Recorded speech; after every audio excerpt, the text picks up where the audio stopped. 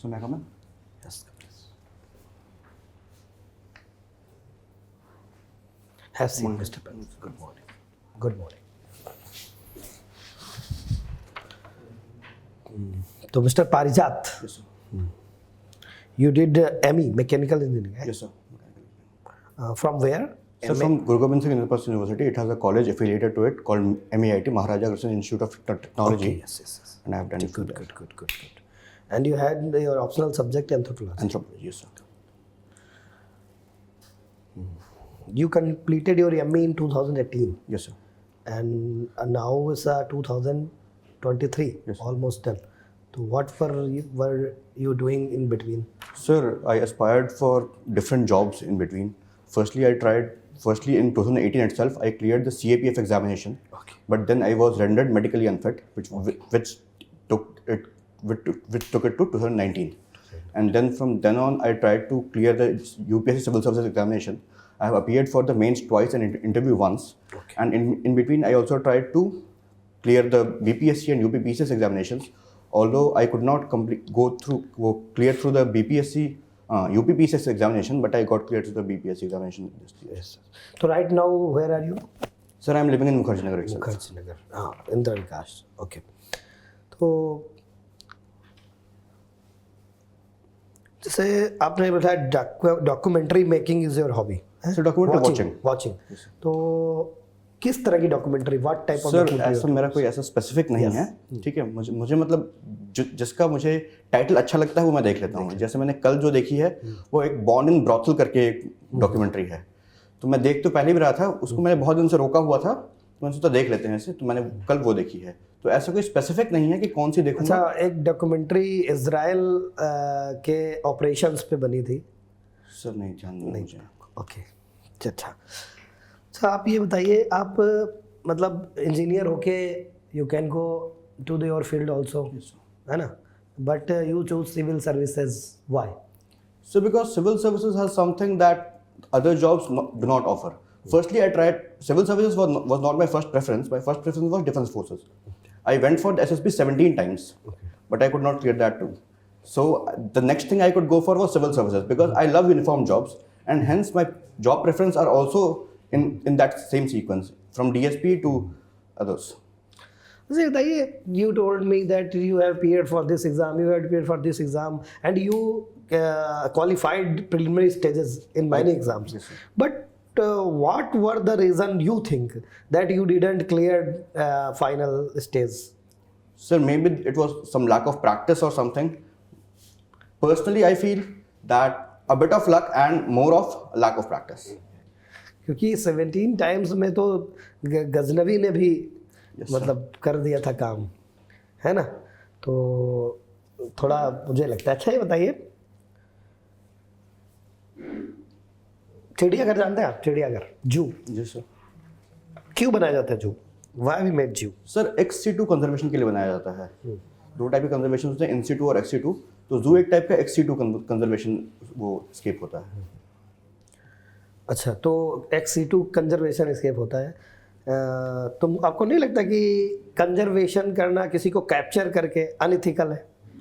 Sir, अब ऐसे देखा जाए तो कुछ हद तक अगर हम उनके जो नेचुरल इन्वायरमेंट है उससे अगर कंपेयर करें तो हाँ, कुछ हद तक अनएथिकल है. लेकिन मान लीजिए कि अगर कोई ऐसी स्पीशीज है जो अगर वाइल्ड में रहेगी तो हो सकता है उसके लिए एंडेंजरमेंट ज़्यादा हो. जैसे अभी भी जब हम वहाँ नामीबिया से चीतास लाए हैं तो हमने उन्हें शुरू में एक एनक्लोज चैम्बर में ही रखा था उनके कंजर्वेशन के लिए. तो हाँ, ये हो सकता है कि उनके नेचुरल इन्वायरमेंट से थोड़ा अनएथिकल हो, लेकिन कंप्लीटली अनएथिकल है ऐसा हम नहीं कह सकते. ओके. अच्छा, ये बताइए आप, एक बिहार में आर्ट एंड कल्चर बहुत रिच रहा है, तो एक पेंटिंग होती है मंजूसा पेंटिंग, सुना है आपने? उसमें स्नेक जरूर होता है, ठीक है. तो आप क्या लगता है कि स्नेक ओरिजिन, एंथ्रोपोलॉजिकल एक्सप्लेनेशन दीजिए आप snake origin. Sir, snake origin अगर हम एंथ्रोपोलॉजिकली देखें तो ये विक्टर टर्नर के सिंबोलिज्म से हम इसको रिलेट कर सकते हैं. जैसे आपने स्नेक का एग्जांपल दिया, वैसे ही जो मधुबनी पेंटिंग होती है उसमें मछली ज़रूर होती है, क्योंकि मिथिला रीजन में मछली बहुत शुद्ध, मतलब पवित्र मानी जाती है या ऑस्पिशियस मानी जाती है, तो इसलिए मछली ज़रूर होती है. तो हो सकता है, मुझे एग्जैक्टली तो नहीं पता है कि स्नेक का स्पेसिफिकली क्या सिग्निफिकेंस है, लेकिन हो सकता है कि वो किसी टाइप का एक टोटम हो, जैसे हम टोटम कहते हैं एंथ्रोपोलॉजी में, जो किसी एक चीज को सिग्निफाई करता हो या किसी टाइप की एनर्जी को सिग्निफाई करता हो। गुड गुड गुड गुड, बिल्कुल सही, बहुत बढ़िया। वरुण सर। पारिजात जी, कहाँ से हैं बेसिकली आप? सर मैं बिहार में सीतामढ़ी से हूँ। सीतामढ़ी से। पुनौरा धाम का नाम सुना आपने? पुनौरा धाम, सीतामढ़ी की कुछ विशेषता बताइए। सर सीतामढ़ी में मधुबनी आर्ट बहुत फेमस है जी। क्योंकि वो मधुबनी सीतामढ़ी से एक लगा हुआ डिस्ट्रिक्ट ही है। उसके अलावा सीतामढ़ी एक चीज़ के लिए और फेमस है, वो है बाढ़। हर साल बाढ़ आती है, ठीक है। बना वो उससे क्या कहते हैं, सॉरी, सीतामढ़ी इसके लिए फेमस है कि उससे जनकपुर लगा हुआ है। तो कहते हैं कि वो सीतामढ़ी का नाम सीतामढ़ी इसलिए है क्योंकि ये सीता जी का प्ले ग्राउंड था, तो ये भी कहते हैं सर। ओके, तो माँ सीता की एक मंदिर बनाई जा रही है, कहाँ बनाई जा रही है वो बिहार में? सर नहीं आइडिया। ओके, तो अगर मैं ये बात करूं थोड़ी सी बिहार की अर्थव्यवस्था को लेकर के, तो मैंने देखा, मतलब आपने भी देखा होगा और पढ़ा होगा कि बिहार में रिसेंट ईयर्स में बिहार का जो ग्रोथ रेट है वो अच्छा रहा, नेशनल एवरेज से भी अच्छा रहा 2021-22 के राउंड में, और टॉप 3 ग्रोइंग परफॉर्मेंस है बिहार का in terms of growth rate. Then why still Bihar is a poorest state? Sir देखिए, जैसे हम ग्रोथ रेट जब हम कंसिडर कर रहे हैं तो इसका एक कारण है स्मॉल बेस इफेक्ट भी, ठीक है। जैसे हमने अभी कुछ दिनों पहले देखा था कि लोग कह रहे थे बांग्लादेश, मतलब लोग कह रहे थे, मतलब नहीं, मतलब एक्चुअली बांग्लादेश का ग्रोथ रेट भी इंडिया ग्रोथ रेट से ज़्यादा हो गया था, लेकिन इसका मतलब ये नहीं था कि बांग्लादेश इंडिया से ज़्यादा ग्रो कर रहा है। सिमिलरली एक कारण है वो स्मॉल बेस इफेक्ट का, जिसके कारण हमें वो ग्रोथ रेट ज़्यादा दिखता है। और सेकेंडली कारण, हालांकि ग्रोथ रेट बहुत ज़्यादा है लेकिन बिहार की पॉपुलेशन भी इतनी ज़्यादा है, ठीक है, कि उसको सारा इनकम पास करने के लिए वो ग्रोथ रेट एनफ नहीं है।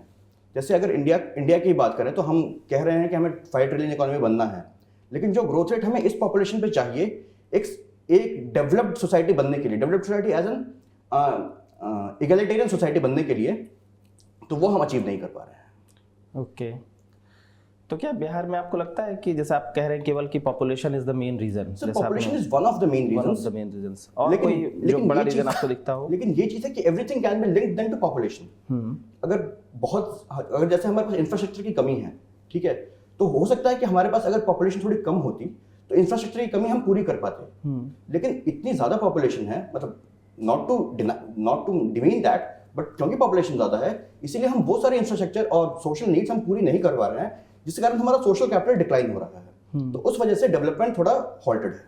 तो आपके अनुसार पॉपुलेशन को कम करना एक तरीका है? सर पॉपुलेशन को कम करना तरीका नहीं, पॉपुलेशन इंक्रीज को कंट्रोल करना एक तरीका जरूर हो सकता है जी, क्योंकि हम टाइम के साथ डेवलप तो कर ही रहे हैं। तो अगर हम पॉपुलेशन को कंट्रोल कर लें, कम करना तो गलत वर्ड होगा, कंट्रोल अगर हम कर लें पॉपुलेशन इंक्रीज को, तो हम चीजें बेटर कर सकते हैं, जो कि हो भी रहा है। क्योंकि बिहार का फर्टिलिटी रेट अभी डाउन हुआ है, एग्जैक्ट नंबर्स तो मेरे ध्यान में नहीं है, लेकिन डेफिनेटली डाउन हुआ है। ओके, बिहार में फिनेंशियल इंक्लूजन का क्या आपको दिखता है अभी जो कंडीशन है?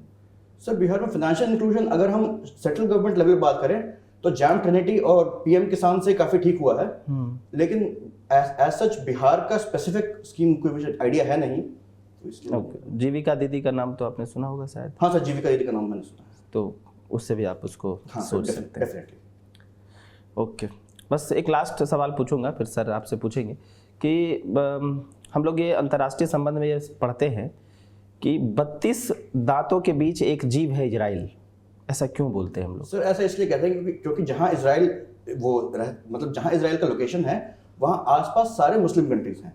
ओके, और मतलब माना जाता है कि जो दोनों रिलीजन्स थे, जुडाइज्म और इस्लाम, वो दोनों एक ही एंसेस्टर से निकले हैं, जिसको अब्राहम या अब्रम कहते हैं दोनों अपने अपने लैंग्वेजेस में। तो अब होता क्या है कि उन दोनों में एक आइडियोलॉजिकल बहुत बड़ा डिफरेंस है, तो उस वजह से उन दोनों के बीच में लड़ाइयाँ होती रहती हैं। और क्योंकि चारों तरफ से इस्लामिक कंट्रीज हैं, तो उन सारे दांतों के बीच में एक जीभ बन जाती है इजराइल, जो कहीं भी किसी तरफ से भी दबाई जा सकती है। Okay, so your optional is anthropology. Yes, sir. So, do you know about the Boas, Yes, sir. I know France. Franz Boas, and in India, Mazumdar? Yes, sir. Can you compare them? Sir, Franz Boas and Dr. D.M. Majumdar had one thing very common, that they wanted to explore all the fields of anthropology. as Franz Boas relied a lot upon field work, and similarly similarly D.N. Majumdar also wanted to study all the societies of India, though he couldn't, but he tried to initiate many new things, and due to which both of them have imperfections in their work. Okay okay okay so Majumdar के कुछ concept आप बता सकते हैं, क्या concept थी, क्या उनका कंट्रीब्यूशन था इंडियन एंथ्रोपोलॉजी में? सर इंडियन एंथ्रोपोलॉजी में मजूमदार जी का कॉन्सेप्ट, वो एक कंट्रीब्यूशन ये था कि उन्होंने इंडियन एंथ्रोपोलॉजी को क्लासीफाई किया था कि वो 3 फेजेस में हुई है, एक फॉर्मेटिव फेज, एक एनालिटिकल फेज, और एक सर तीसरे का मुझे नाम याद ध्यान नहीं आ रहा है, एक formative phase okay okay it's okay. So पुरुषार्थ के बारे में कुछ पता है आपको? हाँ sir. What is purushartha? Sir एक मिनट सर। हाँ सर, पुरुषार्थ मतलब हिंदुइज्म में 4 हैं, ठीक है, ब्रह्मचर्य, गृहस्थ, वनप्रस्थ और संन्यास, ये 4 पुरुषार्थ हैं।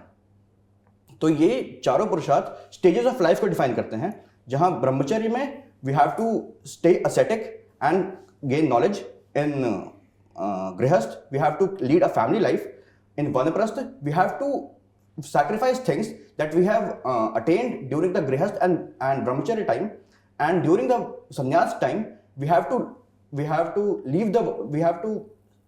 make a sense of leaving the world, which means we have to give up all our belongings and try to, sir Hindi word याद आ रहा है मुझे, try to vilean in the Paramatma. Are you sure that you told me about the Purusharth? No sir, I Are probably you told you sure? about the ashrams. Yes. Sorry. Yeah. Okay. In the ashrams, can we switch the stages? Yes sir. Like can we go from the Brahmacharya to directly vanaprastha Yeah. or sannyas. Yes sir, there are things.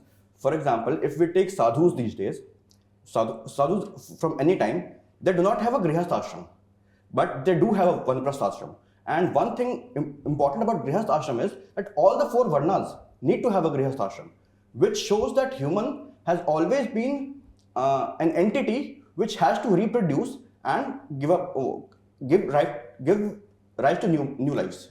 In anthropology, they say that if the best gift you can give to your enemy, that is a female.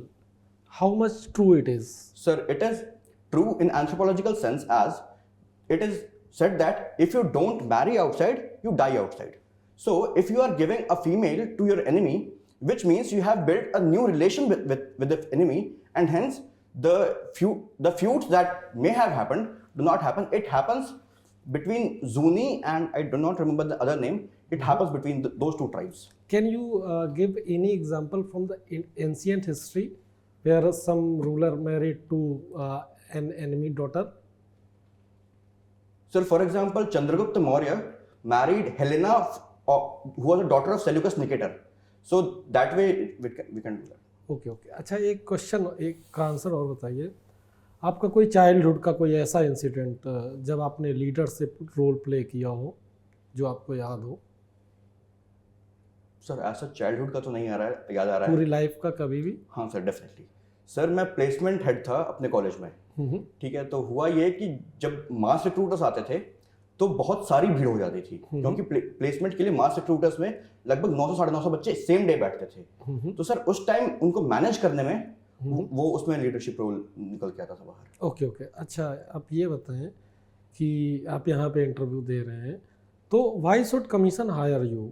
They say the bureaucracy is marred with corruption, and why should we hire you? What change can you make inside the bureaucracy?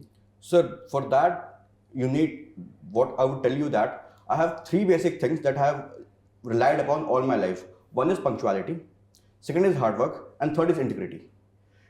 The third one makes me competent enough to be hired on the ground. You have told that there is corruption in the bureaucracy. On the third ground, I think I stand strong to be a part of this bureaucracy. I think from the previous list or from the previous recruitments, everybody must have told to the board that I have integrity, because the board would not hire anybody who don't have integrity. But still bureaucracy is marred with corruption. What can be the issues behind it? Sir, bureaucracy is marred with corruptions. A few reasons behind it are, firstly, that things are offered from the front. And it is said that corruption is not a one-way road. It happens both ways. So firstly, those things. Secondly, what comes to the mind of people is bureaucracy, if I may use Hindi, कि bureaucracy है तो बिना बाबू को पैसे दिए नहीं होगा. We need to change that mindset. So you are saying that it is fault of the No, sir, no. common citizens. Definitely not. It is fault of the bureaucrat as well. Because what I have heard and what I have known, इतने साल पढ़ाई में लगा दिए, ठीक है, तो अब कमाएंगे नहीं क्या? We need to change that mindset. तो क्या आप ऐसा करेंगे? Definitely अगर not. आपके पास ऐसी कोई अपॉर्चुनिटी आती है कि कुछ पैसे देके, सपोज आपको एक प्रोजेक्ट मिलता है, you are manager of that project in some tribal areas and tribes are not cooperating with you, and you have some news that some tribal leader wants some money because without that money he would not agree for that development project. अगर आप उसको पैसे नहीं दोगे तो development project नहीं होगा, और पैसे देते हो तो डेवलपमेंट प्रोजेक्ट में काम स्टार्ट हो जाएगा. तो आप किस तरह से ये काम करोगे? सर, जो चीज़ है कि उसको पैसे देने की बात है, तो उसके लिए तो मेरी साफ ना होगी कि ये पैसे तो नहीं दिए जाएंगे. हाँ, उसको अलग तरीके से परसुएट करने की कोशिश कर सकते हैं, क्योंकि अगर हमने आज पैसे दिए तो एक उसके लिए पेंडोरा बॉक्स खुल जाएगा कि जब मेरा मन करेगा तब मैं इन्हें रोक दूंगा और बोलूँगा और पैसे चाहिए. और एक बार जब काम शुरू हो जाएगा फिर उस काम को रोकने का जो कॉस्ट होगा वो उससे ज़्यादा होगा कि जब वो काम नहीं शुरू हुआ होगा. तो इसलिए उसको पैसे देने का तो कोई स्कोप है नहीं. सेकेंडली, क्या किया जा सकता है उसमें sir, we can use some type of security for the establishment that has to be made, and we can proceed that way. Can you use anthropology over there? Yes, sir. We can use anthropology over there. Because I'll try to explain it to you by some example. For example, Dr. LP Vidyarthi had an idea of nature man spirit complex, and when that NMS complex of the Malay was hindered, they revolted. So I can see that what are the problems due to which maybe that if, for example, I take an example, if I'm trying to clear a forest, maybe it can be that they consider that forest as sacred. So I can use that thing, and in that case it can be done. अच्छा, आपने क्या पढ़ाई करी? Mechanical engineering में आपने पढ़ाई क्या करी? क्या पढ़ा गया आपको वहाँ पे? Sir, machines. In short, machines. Machines, how they work, how they can be built, everything, and how can be. तो मशीन बिल्ड करने में कुछ फेजेस होते हैं, जैसे एक होता है मॉडल, एक होता है प्रोटोटाइप होता है. तो ये बताइए, मॉडल और प्रोटोटाइप में क्या डिफरेंस है? Sir, model may not be a tangible object, but prototype is definitely जिससे हम वर्क करके देख सकते हैं कि वो एक्चुअली काम कर रहा है या नहीं. मतलब फंक्शनिंग नहीं होता मॉडल, और ये फंक्शनिंग होता. हाँ, model can be on any simulation software such as SolidWorks. Okay. अच्छा, तो आप जब मशीन बनाते थे तो ऑटोमोबाइल में अच्छा खासा आप लोगों का कमांड रहता होगा. हाँ सर, ठीक है ना. तो जैसे मैं बाइक चलाता हूँ तो पहले मुझे एक ब्रेक आया करती थी, ड्रम ब्रेक, और आजकल डिस्क ब्रेक आती है. तो what is the difference between drum brake and disc brake? Sir, drum brake एक तरह की इंडक्शन ब्रेक होती थी और डिस्क ब्रेक फ्रिक्शन ब्रेक होती है. डिस्क ब्रेक में क्या होता है, अगर आप उसको, सर मैं यूज माय हैंड्स. बिल्कुल. सर, डिस्क ब्रेक में क्या होता है, ऐसे जैसे यहाँ बीच में डिस्क है और यहाँ दोनों तरफ से क्लैंप्स होते हैं, वो क्लैंप्स टाइटन होते हैं उस डिस्क पे और वो ब्रेक लगती है. और इंडक्शन ब्रेक में क्या होता था, उसमें से इलेक्ट्रिसिटी पास होती थी जिसकी वजह से वो सर्कुलर बॉडी में एडी करंट्स जनरेट होते थे और एडी करंट्स की वजह से ब्रेक लगती थी. अच्छा, ठीक है. तो जैसे मैकेनिकल इंजीनियरिंग आपने पूरा पढ़ाई करी, ठीक है, तो एडमिनिस्ट्रेशन में कैसे यूज करेंगे इसको? सर, मैकेनिकल इंजीनियरिंग का यूज एडमिनिस्ट्रेशन में यूं होगा, क्योंकि एडमिनिस्ट्रेशन मतलब मैकेनिकल इंजीनियरिंग में जो सबसे इंपॉर्टेंट चीज मैंने सीखी है कि how to make things work. अगर कोई चीज रुक रही है तो उसे कैसे रिपेयर किया जा सकता है. तो उसी सेम माइंडसेट को यूज करके जनरल एडमिनिस्ट्रेशन चलाया जा सकता है. अपार्ट फ्रॉम दैट, अगर कोई ऐसा इशू है कि जहां पे कुछ मैकेनिकल इंजीनियरिंग की एक्सपर्टीज चाहिए तो वो मैं डेफिनेटली प्रोवाइड कर सकता हूँ. अच्छा. और जैसे कि मान लीजिए कि कुछ अगर जैसे इसमें तो नहीं है, लेकिन for example I am XYZ SDM of some district और वहाँ पे कुछ टेंडर वगैरह आने हैं. अगर कोई मैकेनिकल इंजीनियरिंग एक्सपर्टीज चाहिए होगी एक्स्ट्रा, तो वो मैं प्रोवाइड कर सकता हूँ डेफिनेटली। अच्छा ये बताओ, there is a theory that output can never be equal to the input. yes, sir. तो what is the thing, what is the term use for this कि it will not, why this is not equal to the input? Sir, let me explain the whole thing to you once. कि when you provide some input and the machine works, it definitely has some losses in terms of heat loss and friction loss. These two losses make sure, मतलब these two losses make it a definite thing that output will never be equal to input. But in one case, in the case of the Carnot engine, it can be equal, but Carnot engine is an ideal machine and it doesn't exist. अच्छा बताओ, entropy क्या होती है? Entropy Sir, entropy, if we define it for a layman, entropy होती है randomness in the system. For example, we say that liquid की entropy कम है क्योंकि उसमें randomness कम है, उसके particles की जो movement की rate है वो कम है, और similarly गैस की randomness ज़्यादा है। तो अगर layman को समझाया जाए तो ऐसे समझा सकते हैं, बाकी और अगर टेक्निकली समझाना है तो उसके लिए गिब्स फ्री एनर्जी करके एक कॉन्सेप्ट है, उसके थ्रू समझा सकते हैं। चलिए, थैंक यू। आप अब आपका इंटरव्यू समाप्त होता है, ठीक है, अभी 2 मिनट में आ जाइए। Sure. ठीक है, thank you sir.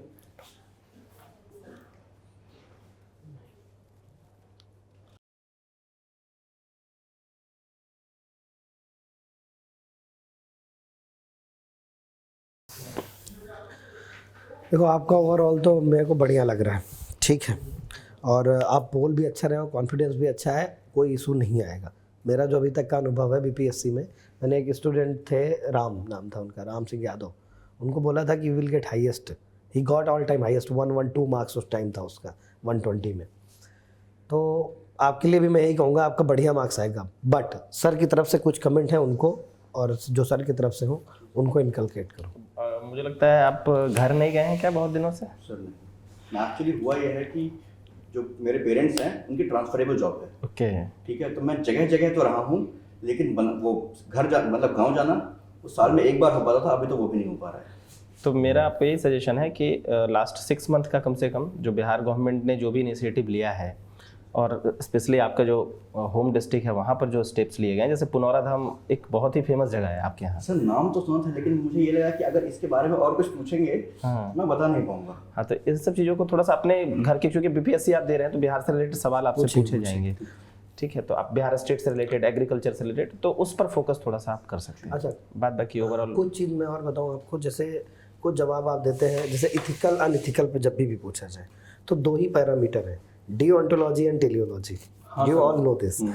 In parameters पे जज करके बता दीजिए बस। भाई अगर ऐसे कैसे कह सकते हैं आपके अनइथिकल है कि इथिकल है, भाई कुछ पैरामीटर होना चाहिए। फर्स्ट थिंग तो ये आपके लिए कैटेगरी हो गई, कभी भी ऐसे सवाल आए उनका जवाब वहाँ से देना है। सेकेंड थिंग, जब करप्शन जैसे सर ने पूछा, तो करप्शन क्यों है, ठीक है, तो ब्यूरोक्रेसी में खास करके, तो एक इसका बड़ा अच्छा जवाब है, notion of quality of life.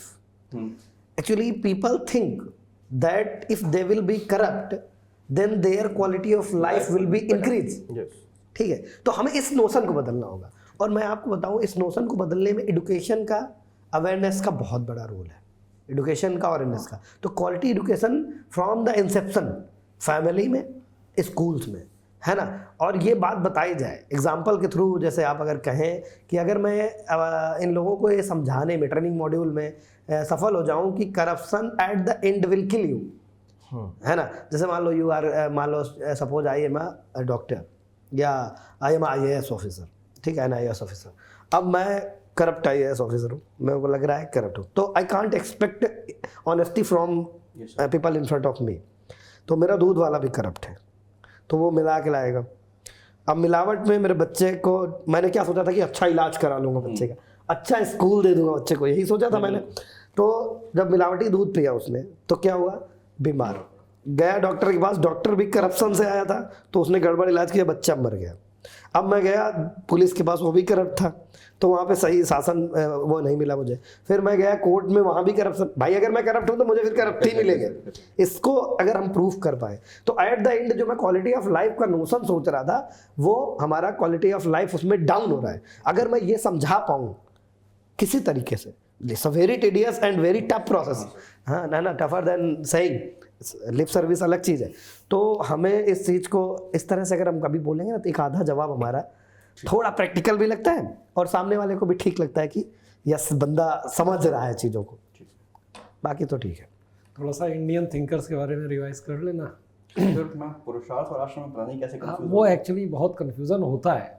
पुरुषार्थ और आश्रम they are so much confusing. जल्दी जल्दी में आप गलत बता जाते हो. हाँ, और इसी वजह से मैंने पूछा था. शायद आश्रम तो मैंने ठीक बताया हाँ, था. आश्रम तुमने लेकिन ठीक पुरुषार्थ- एंथ्रो का जो अफसर बता रहे हैं, एक मैं भी पूछूंगा आपसे एक सवाल, मतलब बता रहा हूँ इनफैक्ट. एक लिविंग एंथ्रोपोलॉजिस्ट हैं, अभी कहा जा रहा है उनको कि वो लास्ट लिविंग एंथ्रोपोलॉजिस्ट है. उनका नाम बता पाएंगे? Is the student of LP विद्यार्थी, सर ऐसे तो ना- प्रोफेसर विजय शंकर सहाय. अच्छा, ठीक है, तो आप जाके पढ़ लीजिए इनके बारे में. ठीक है. He is the only living anthropologist in India. ठीक है सर. अभी की कंडीशन में जो पुराने वाले थे सब चले गए. ये एलपी विद्यार्थी के पहले स्टूडेंट थे. His research is in Andaman.